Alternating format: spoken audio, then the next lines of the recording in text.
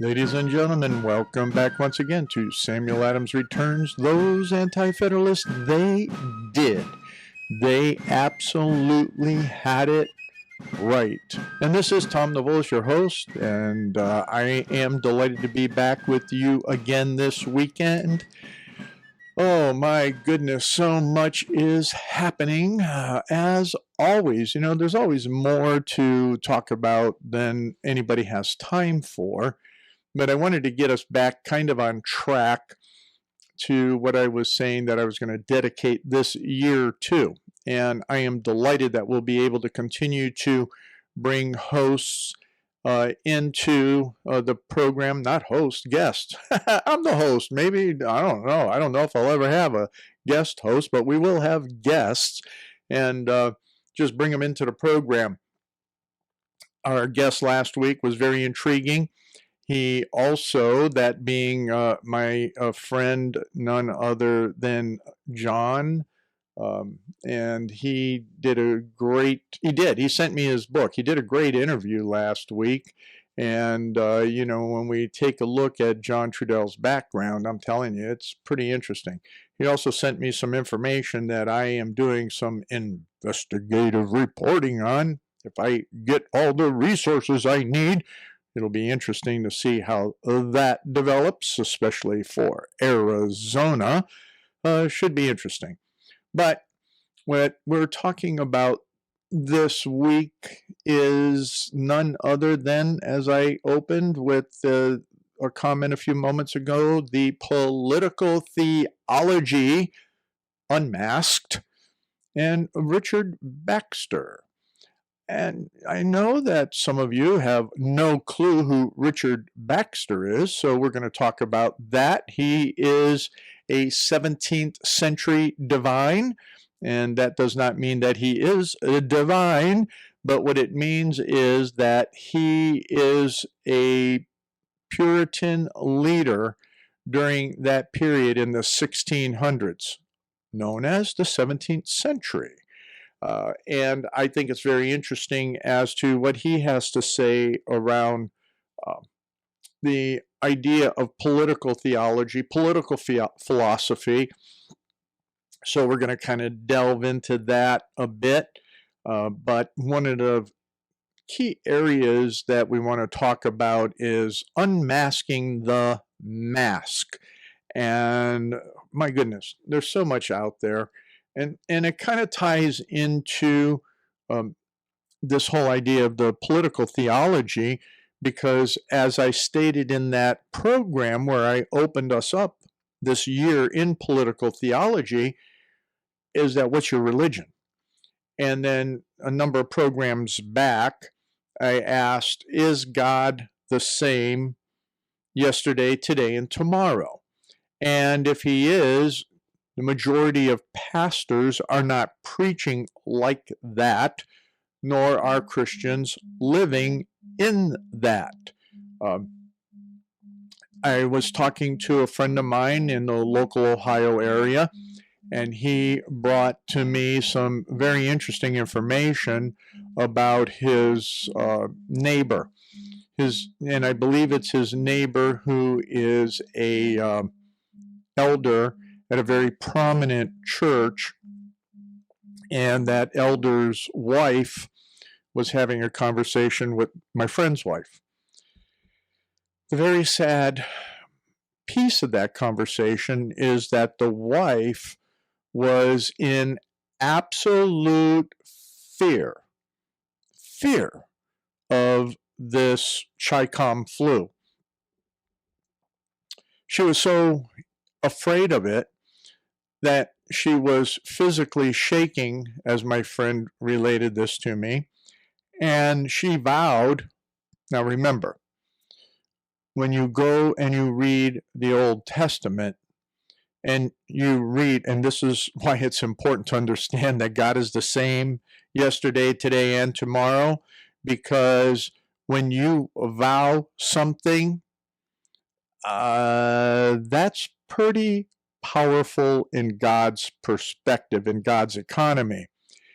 And she vowed not to return to church until there was a vaccine available and ready. Wow. Flabbergasted. Absolutely flabbergasted. I am. How about you? But there are many people that are out there, to the extent that just as I was preparing to do this program, I found an article that just, kind of like was almost flashing here. Anthony Fauci calls on Christians to forestall receiving communion to prevent virus spread. I'm sorry. And he's saying that, he is a Jesuit Catholic. And that, and I'm going, well, I'm sorry, but as a person that left the Catholic Church and who is a reformed type of biblical Christian believer, the Jesuits have always caused a lot of problems, outside of the Catholic Church as within. So if he's making that association, then boy, I could see why we have the problems we have with Fauci and all of the insanity that he has, because the thinking within the Jesuits is control. There's other stuff there, but I'm not going to diverge into that. But the point is, what we're seeing, that we are now being shamed. I mean, in this article, he goes on to saying that, okay, maybe go back to church, but, you shouldn't sing. Wait a minute. One of the purposes of going back to church is to worship. And part of the process and means of worshiping God in a forum of believers coming together is to sing. And so he's saying you shouldn't be singing, you should always wear your mask, and you should not take communion because it's too risky. Well, wait a minute. If all the numbers are coming down as they're saying that they're coming down, where is the logic in any of this? Yeah, there is none. No logic, nothing like that. I'm almost afraid to, it's there in your references on this whole insanity with Fauci. But now understanding this, and he's not really a practicing Catholic. He's just claiming it out of convenience to add that to his domineering power structure that he is as this great immunologist. Communion, whether you're theologically into the Catholic side of it, which I don't believe in that, but you have to look at that coming together in the remembrance of a sacrament that Jesus Christ gave us cannot be violated by the dictates of any human. See, that's where Baxter comes in when we start talking about that, because Baxter, he rose up against a lot of the insanities, and as we know, the conflicts in England during that period of the 1700s in relationship to the battle between the Catholics and the Protestant Reformation movement got pretty ugly a lot of times. Well, now it's ugly by the ungodly. By the ungodly. By these whose political theology is no God. Their political theology is everything else. Their political theology is humanism. Their political theology is idolatry of science and government. Okay, what's your political theology? I know those that are listening to me here on Liberty Works Radio Network and at my friends at Soaring Eagle Radio as well, I'm speaking to the choir, because I'm not a preacher, so I can't preach to you, but I'm speaking to the choir in so many ways. I'm hopeful that those that listen to the podcast will begin to understand that each and every one of us has a theology and a political theology. So when it comes to wearing a mask, how does that fit into your political theology? Because we know that more and more, it's not about a virus. It's about control. It's about shaming you. It's about taking and I brought up some interesting things. I've talked about it over the years, is the Delphi technique. And I think we're down to the last 4 minutes here. I want you to go look up that on the Delphi on the SamuelAdamsReturns.net. And there are several references here, for the program and in the promo for you to take a look at that, where the Delphi technique, developed by the Rand Corporation, was to be able to allow the government to take and sway you into consensus, okay? It's been used extremely well by the socialist, communist, and globalist within this country over the last number of years, since the 70s when this thing has been developed. We've seen it in the environmental movement and trying to move us to socialism. We've seen it in just so many different movements that are godless and take us away from founders' original intent in all the various movements, is to take and how to separate you, corner you, and if you're someone that does not believe the way they believe, is to shame you into consensus. Shame you into consensus. It's called control. So refresh yourself on the Delphi technique, because what we're seeing is, as Nancy Pelosi is bringing it out again, is that, you gotta use every crisis. And you know what? I don't want to give that Chicago communists all of the credit for that statement. The one that actually put that together was Gramsci. Gramsci said that the way to take and move the communist, socialist, fascist regime forward was through cultural change, through societal change.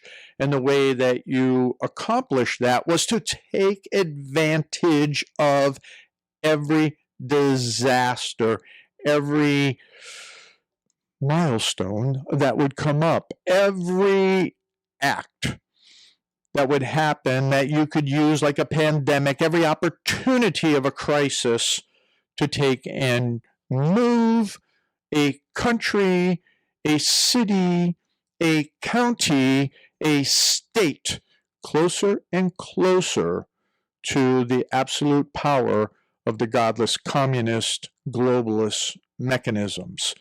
So we're going to talk about some of that additionally in the next couple segments.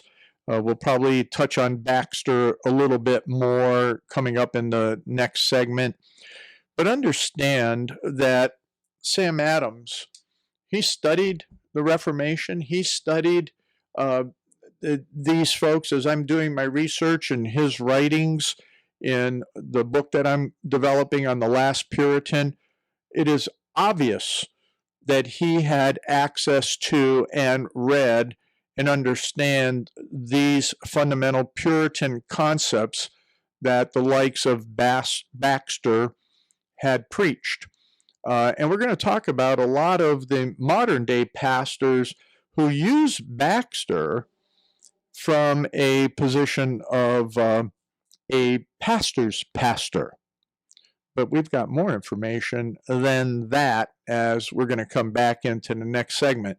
So think about this. Sam Adams understood what the Puritans were talking about relative to the Anti-Federalist, and what they then wrote. So come on back in the next segment as we just continue this unmasking with Baxter.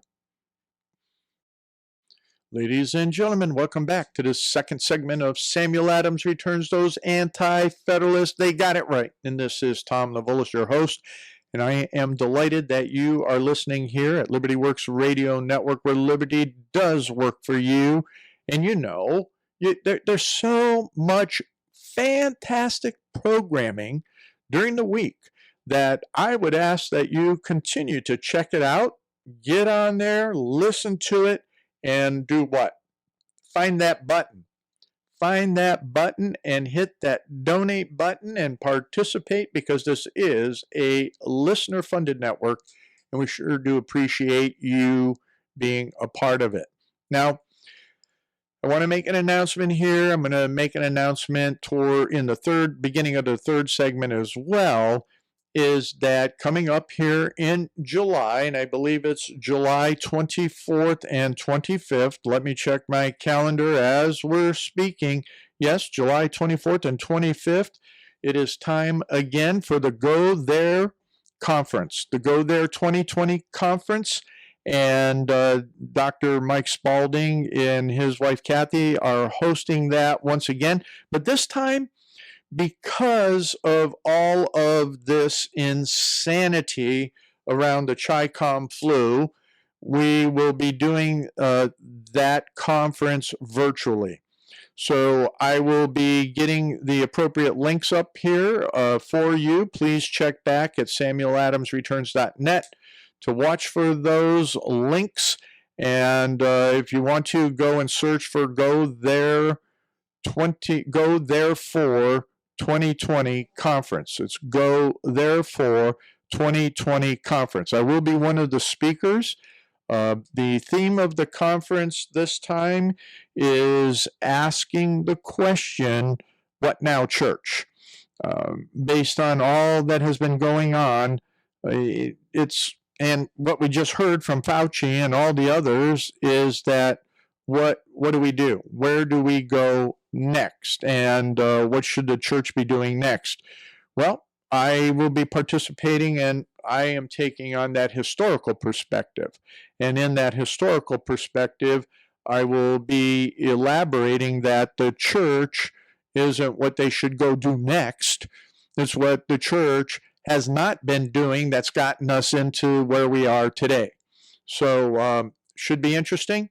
Again, look for all of the information for the Go Therefore 2020 conference as it comes forward. So let's jump back in here a little bit more on Richard Baxter. Richard Baxter, again, he was in the 17th century. He was in those 1600s, if you will. He was one of the predominant ministers of that day, theologians. He set a strong perspective on a pastor. What is it to be a pastor's pastor? What is it to encourage, to build the church, build the body of Christ? And that's what a lot of what I call the tepid, and in Northeast Ohio, the Tory pastors around, like about Baxter. That, yeah, he brings in a lot about, that whole idea of how to a pastor's pastor. What they refuse, and I mean refuse to acknowledge, is how strong he was in political philosophy and what I call political theology. Baxter was right up there with Rutherford, and he was right up there with a lot of those other folks of that period that established the strength of what it meant to put humans in their perspective. So in that, Baxter had this to say when I asked a question about, is God the same yesterday, today, and tomorrow?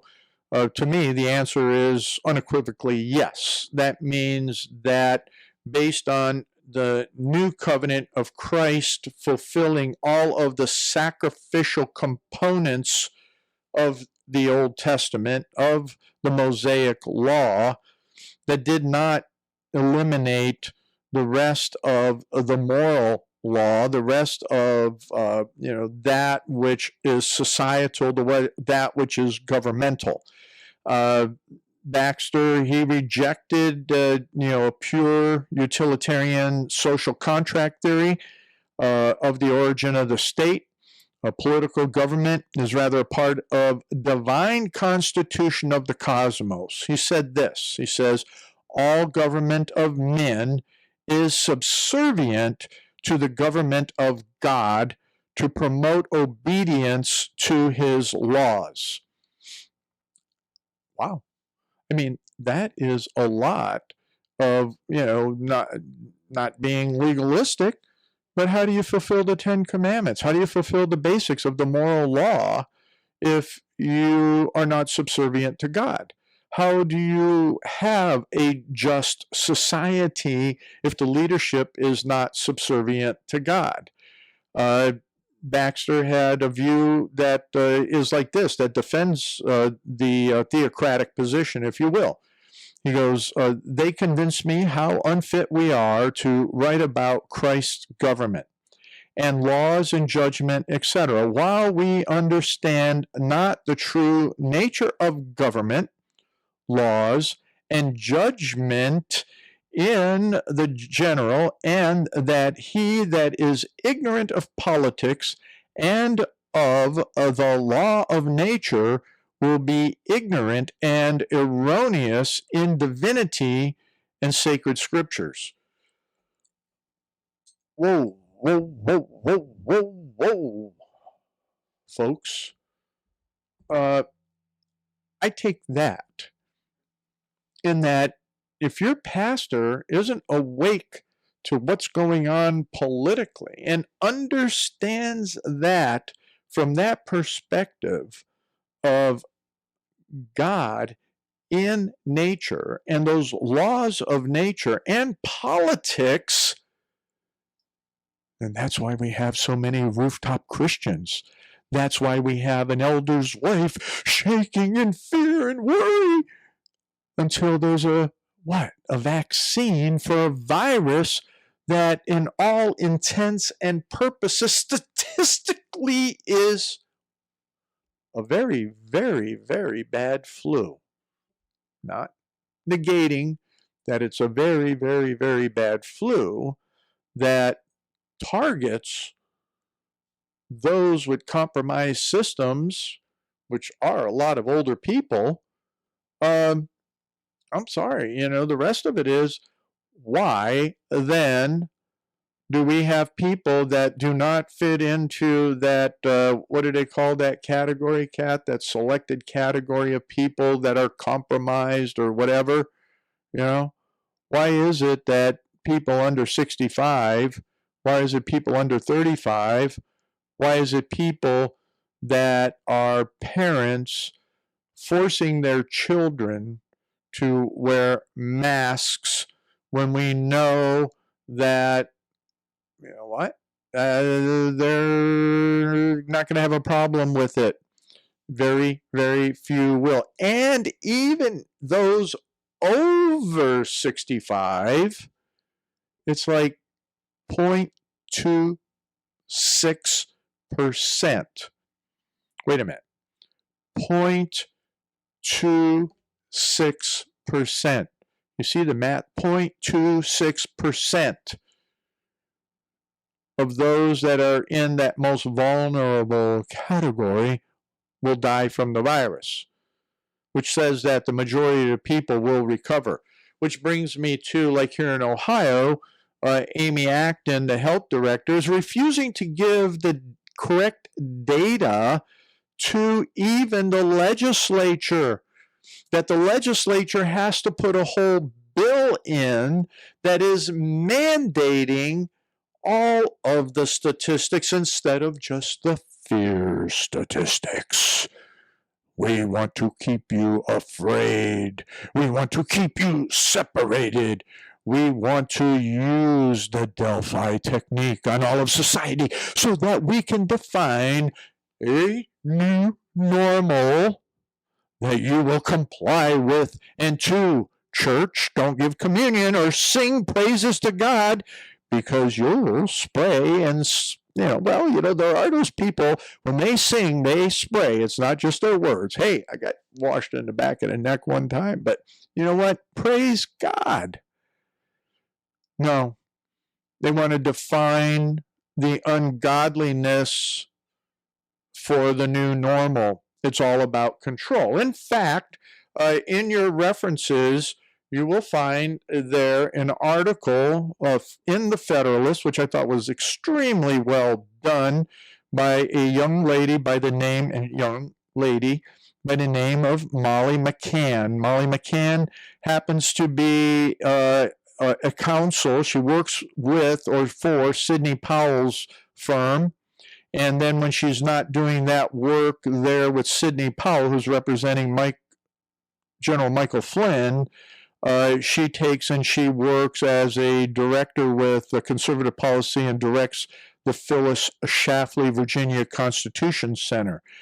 Her article here is Mandatory Masks Aren't About Safety, They're About Social Control. And this is why I said it's about that whole idea of the Delphi technique being pressed so that they can control us. Not me, but maybe you. I don't know. Hey, an elder's wife freaks out. You see all these people. Okay, I can go to church, but I got to wear a mask. Oh, I can't have communion. You can't share communion. You can't do that, especially for the Catholics, where they hand the host or place the host that way. Hey, Protestants, you pass it around. Oh no, you can't do that because you can't pass those elements from one person to the other, because what's on their hands, everybody's got to go wear their gloves. Yeah, right. So she's talking about the insane communist Ralph Northam there in Virginia, and that effective May 29th, it's mandatory to wear masks. Oh, and don't forget that not only is Fauci tied to the hip with Bill Gates, he is good friends with the Como brothers in New York. Wow. Anyway, form your own opinions, but mine is set. He's evil. There's no two ways about it. Then it goes on here. This is a great article. It's in your references, and about this whole thing, that things will never be the same. Well, they won't be if you take and you capitulate to the evil. How about demanding freedom's help ensures them? So you know what? You got to take and you got to, you have to make it safe for somebody else. Oh, how about this? Mandatory masks seek to build that consent. Whoa, time out. Consent, time out. Build consent. 1970s Delphi technique, and as it continues to be used all across society for nefarious purposes to change our culture. Hello, Gramsci. Check it out. Yeah. What was that other dude out of Chicago? I'm forgetting his name, but he was one of Obama's buddies, that evil guy that wrote that book, taking those crises and grabbing a hold of them so you can change the culture. Our founder, Sam Adams in particular, said that we should be inculcated, have it pound into us, the fundamentals of our biblical Reformation background, so that we would have a virtue and morality and be able to be citizens that tie back in from Baxter's comments that I just read to you in the beginning of this portion, that those that would be in leadership would look to God first. everyone is under God's authority, and if you don't recognize that, then you are a tyrant. You're not just a sinner, but you're a tyrant. And our founding fathers fought the American Revolution because of that, and the Anti-Federalists spoke out because they knew it was true. Ladies and gentlemen, welcome back once again to this third segment of Samuel Adams Returns. Those Anti-Federalists, they got it right. Sam Adams got it right. And based on that moniker that is not used often for Sam Adams, the last Puritan, that's kind of where we're in that frame of reference as we talk about political theology. We mentioned in the last segment about the masking, unmasking, and I don't mean the likes of General Flynn, but, those things, as I knock my microphone around, those things that you stick over your face, that's what happens when you don't have any depth perception, is you knock things around that are right in front of you.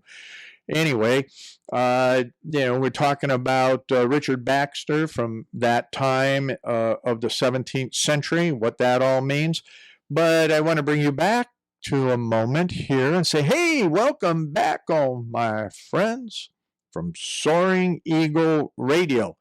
And as you know, down there and on that network, that coming up in July, the 24th and 25th, there will be a Go Therefore 2020 conference. And that conference will be all online, because of the Chi-Com insanity has really impacted everybody in such a negative manner that, wow, we can't gather.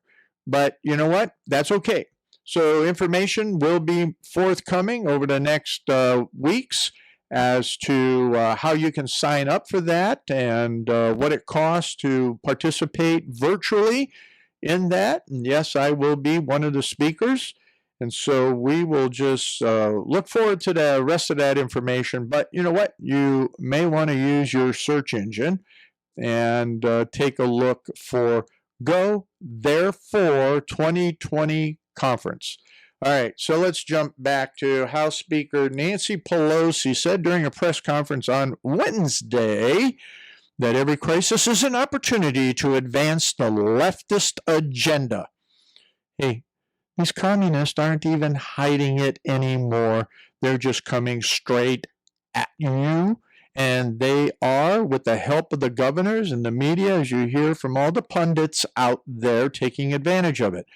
Now, I just want to capsulize for you that in this bill that they're putting forth, they're talking about $3 trillion, 1,815 pages, and some of the highlights are eliminating limitations on the federal deduction for state and local taxes. So this is a deduction that primarily, supposedly, benefits the wealthy, which is largely Democratic states. Grants additional aid for states. So this is a bailout for states. $500 billion for, yes, you crybaby Como, and you leftist communist, God-hating California, you leftist in Oregon, and all of the others. Oh, I'm not sure that Ohio is looking for a bailout, but I'm sure that our Governor DeWine is out there with his hand. Give me some of that money for my state. We're hurting. Yeah, right. Yeah, he's killing us here because of him and his little communist girlfriend acting. Okay, I don't know that she is his girlfriend, but when you give over to somebody, his puppet master. Oh, that's Looney Tunes. Well, that's fitting. Anyway, let's see, $1.7 billion for historically black colleges. Come on. Relief for up to $10,000. Upfront debt for all Department of Education loan borrowers. the Department of Education should have never assumed those loans in the first place under Obama. So there you have the government bailing out the government. What? The government bailing out the government? That's what this is all about.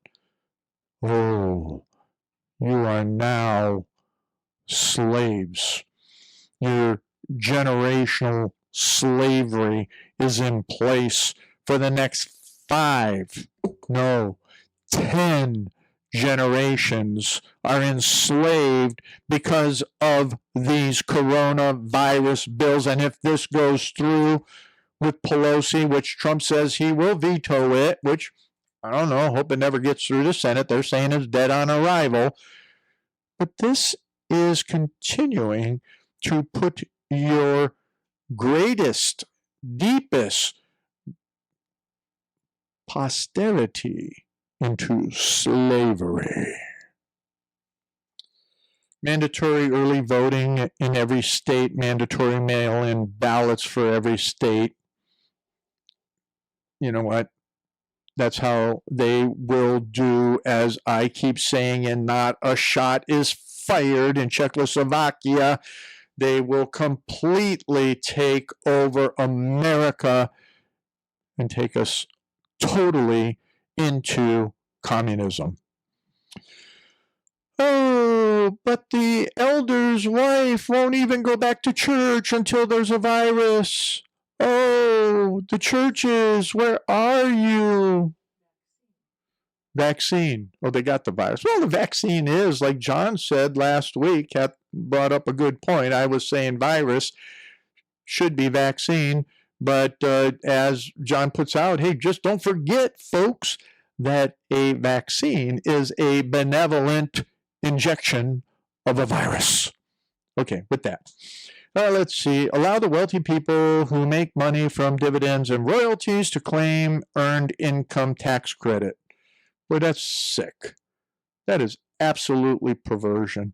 And then extends his assistance designed for nonprofits to political action groups and Chamber of Commerce style associations. You know, that's more of the Soros entity bailouts. All right, so let's wrap this with a couple other comments from Baxter. So I'm using summaries and just excerpts of summaries. It's in your notes that I thought was well done because I didn't want to get into the details of my studies and readings of Baxter. But I found this guy, Walter B.T. Douglas from Andrews University, who's done some really nice work and talking about, you know, just where Baxter not only wrote about just what is it for Christian unity, but what does it mean from that political philosophy perspective. And you got to remember that he was a contemporary of Oliver Cromwell, Thomas Hobbes, John Milton, and John Locke, but he stayed the strongest in his fundamental beliefs in biblical truth. He took and he brought out a lot of information on the social creatureliness of man, says Baxter, and that presupposition is that the Creator wanted man to live in a society under the control of government. Why? Because man's sinful. You know, I mean, we had, I think it was Madison said that, you know, you wouldn't need a constitution if men were angels. Oh, wow. We're not. We're sinful. So first off, what we need is Jesus, then we need a constitution, and we need good government to take and help keep us within those moral parameters and to ensure that we have justice and peace. And Baxter indicated that those that would be in governance needed to be submissive to God. Otherwise, they were tyrants. They would be despots and tyrants. So when we start looking at political theology, which we're talking about here, one of the things that Baxter kind of states is that he that understandeth not the divine dominum et imperium, as found in creation and refounded in redemption and man's subjection to his absolute Lord and the universal laws can never have any true understanding of the polity of laws or any kingdom in particular. That goes to the whole point of what I just said earlier, is that, if you don't understand God's perspective, if God is not the same yesterday, today, and tomorrow, then you can't understand how to be a just councilman, a just township trustee, a just mayor, a just legislator or state senator, or a congressperson, or a state senator into the federal union. You can't understand how to be a bureaucrat that is to be there to establish justice through all these different governmental agencies. Yeah, I have to say, it's hard to even understand how to be president if you can't understand that God is before us, before you. He's the absolute sovereign. Oh, and just a side note, I know it's kind of off and it may take into the last couple minutes. In regards to bureaucrats, I think that what we need to do at both the state and federal level is put a term limit on bureaucrats. Why don't you start something, hashtag term limit bureaucrats?